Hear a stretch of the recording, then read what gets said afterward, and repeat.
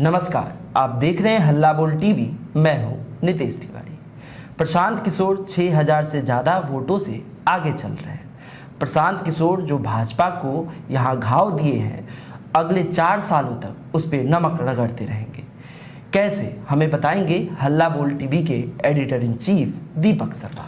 देखिए, प्रशांत किशोर 6000 से ज़्यादा वोटों से आगे चल रहे हैं और अब यहाँ से कोई ऐसी सूरत नहीं दिखती जिसमें भारतीय जनता पार्टी इस मार्जिन को पाट लेगी, क्योंकि अभी तक कायस्थ बहुल इलाकों की काउंटिंग हो रही थी। अब मुस्लिम बहुल इलाकों की काउंटिंग शुरू हुई है, जहाँ पीके की जो लीड है वो और बढ़ेगी। प्रशांत किशोर को भी यह भरोसा हो गया है, जनसुराज के कार्यकर्ताओं समर्थकों को यह भरोसा हो गया है कि हम जीत चुके हैं, इसलिए डांस चल रहा है।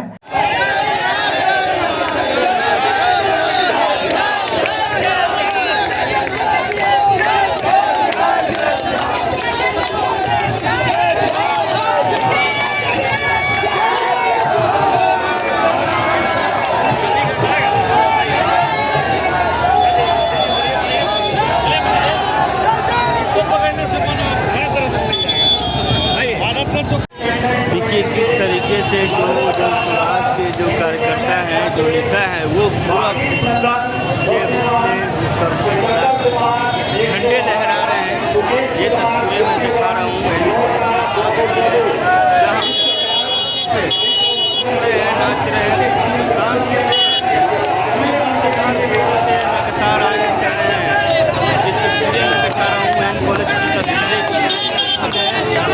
साफ तौर पर किस तरीके से जो है नाच रहे हैं, जनसुराज के कार्यकर्ता हैं, ये पीला अबीर लगाकर उत्साह मना रहे हैं प्रशांत किशोर जी का। ये तस्वीरें आपको दिखा रहे हैं किस तरीके से है। प्रशांत किशोर लगातार आगे बढ़ रहे हैं, को लेकर जय बिहार के नारे लग रहे हैं। तमाम जो कार्यकर्ता हैं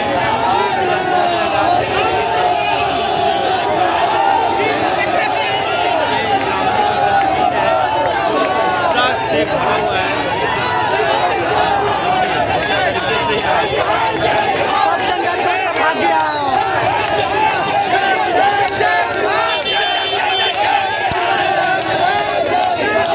और दूसरी तरफ भारतीय जनता पार्टी के कार्यालय में सन्नाटा पसरा हुआ है।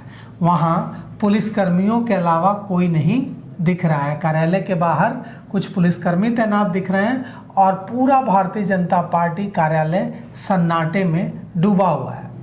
दूसरी तरफ जनसुराज के नेता कार्यकर्ता डांस कर रहे हैं, विजय का जश्न मना रहे हैं जी। अब यह जश्न यहीं नहीं रुकेगा जी।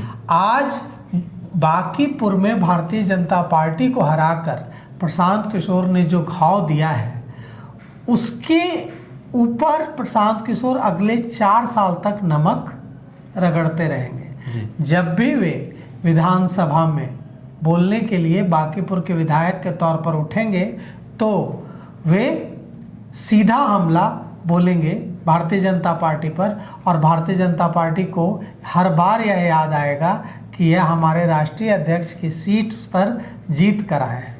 और अब प्रशांत किशोर पूरे भारत में जो भारतीय जनता पार्टी को नापसंद करने वाले लोग हैं, उनके हीरो, उनके नायक के रूप में दिखेंगे, क्योंकि जो भी लोग भारतीय जनता पार्टी से नाराज थे, चाहे छात्र जिन पर लाठियां चली वे, चाहे किसान जिन पर जाती हुई वे, चाहे बेरोजगार, सब को प्रशांत किशोर का कि यह जीत बहुत भाएगी, यह जीत उन्हें अपनी जीत के तौर पर लगेगी।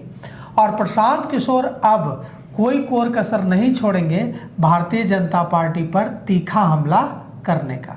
प्रशांत किशोर लगातार भारतीय जनता पार्टी पर तीखे हमले करते रहेंगे। बीजेपी के राष्ट्रीय अध्यक्ष नितिन नवीन की सीट से अब प्रशांत किशोर अगले विधायक चुने जाने वाले हैं, इसमें कोई दो राय, कोई शक स्वभाव नहीं रह गया है।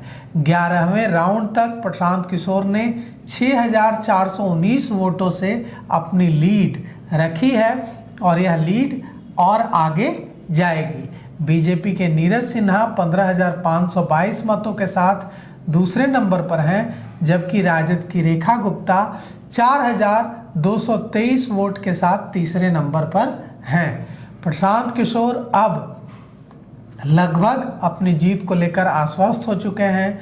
उन्होंने पत्रकारों से बातचीत में कहा, इन रुझानों पर पहली प्रतिक्रिया देते हुए कि जीत तो हो चुकी है, पार्टी के कार्यकर्ता जश्न मना रहे हैं और दूसरी तरफ भारतीय जनता पार्टी के कार्यालय में एकदम सन्नाटा है। क्या भारतीय जनता पार्टी यह पता लगाने की कोशिश नहीं करेगी कि इस हार की जिम्मेवारी किसकी है? ये प्रशांत किशोर की जीत नहीं है, ये भारतीय जनता पार्टी की हार है। बांकीपुर में अगर लोगों ने प्रशांत किशोर को वोट दिया, भारतीय जनता पार्टी को नहीं वोट दिया, तो इससे एकदम साफ है कि लोग भारतीय जनता पार्टी को यह एहसास कराना चाहते हैं कि वे नाराज हैं। छात्र एहसास कराना चाहते हैं, मजदूर एहसास कराना चाहते हैं, गरीब मध्यम वर्ग हर कोई एहसास करना चाहता है कि प्रशांत किशोर को जिताकर उन्होंने अपना गुस्सा प्रकट किया है। अब भारतीय जनता पार्टी क्या करेगी?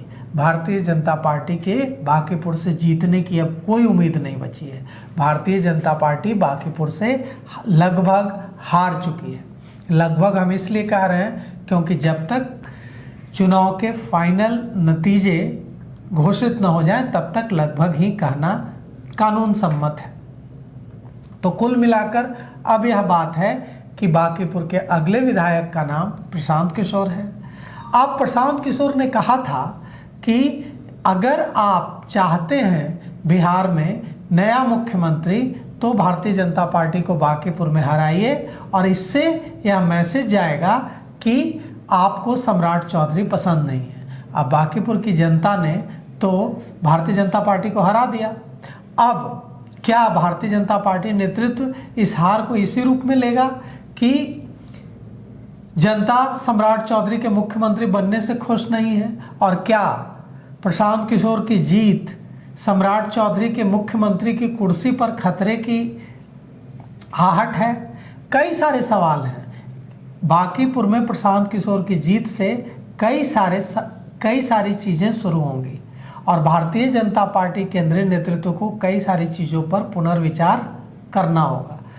भरत तिवारी प्रकरण को जिस तरह से सरकार ने हैंडल किया, जहानाबाद की छात्रा जो शंभू गर्ल्स हॉस्टल में रहती थी उसके कांड को जिस तरह से, नीट छात्रा के कांड को जिस तरह से सरकार ने हैंडल किया, बंटी यादव की जो हत्या हुई उसे जिस तरह से पुलिस ने हैंडल किया, इन सारे और अभी सर्कल में जो पुलिसकर्मी थे जिनका वो हुआ था हत्या, उस पे जो तेजस्वी यादव गए हुए थे। पुलिसकर्मी नहीं, वो ईओ हैं। हाँ, ईओ कार्यपालक पदाधिकारी। हाँ। विमल कुमार जी, डेहरी ऑनसोन में कार्यपालक पदाधिकारी विमल कुमार की देखिए हत्या हुई है। उसमें जिस तरह से उनकी पत्नी ने आरोप लगाया है, विमल कुमार की पत्नी ने, कि वहाँ के जो विधायक हैं डेहरी के, वे 50 लाख रुपए मांगते थे और हमेशा फोन आता था।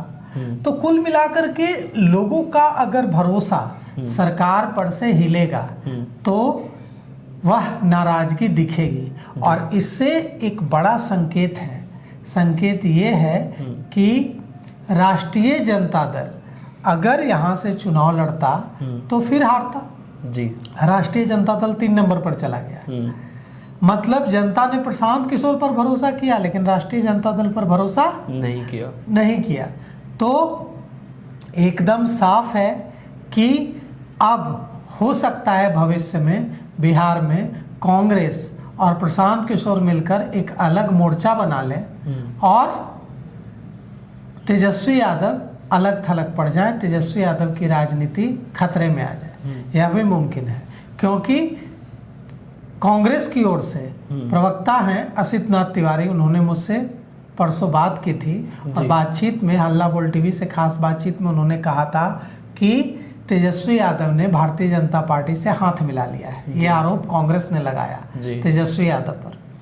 तो ऐसे में मुमकिन है कि अब तेजस्वी यादव पर भारतीय जनता पार्टी से हाथ मिलाने का आरोप लगाकर प्रशांत किशोर और कांग्रेस एक साथ आ जाएं, मोर्चा बना लें, प्रशांत किशोर, कांग्रेस और कम्युनिस्ट पार्टियां, और एक नया राजनीतिक समीकरण बिहार में भारतीय जनता पार्टी के खिलाफ तैयार हो जाए।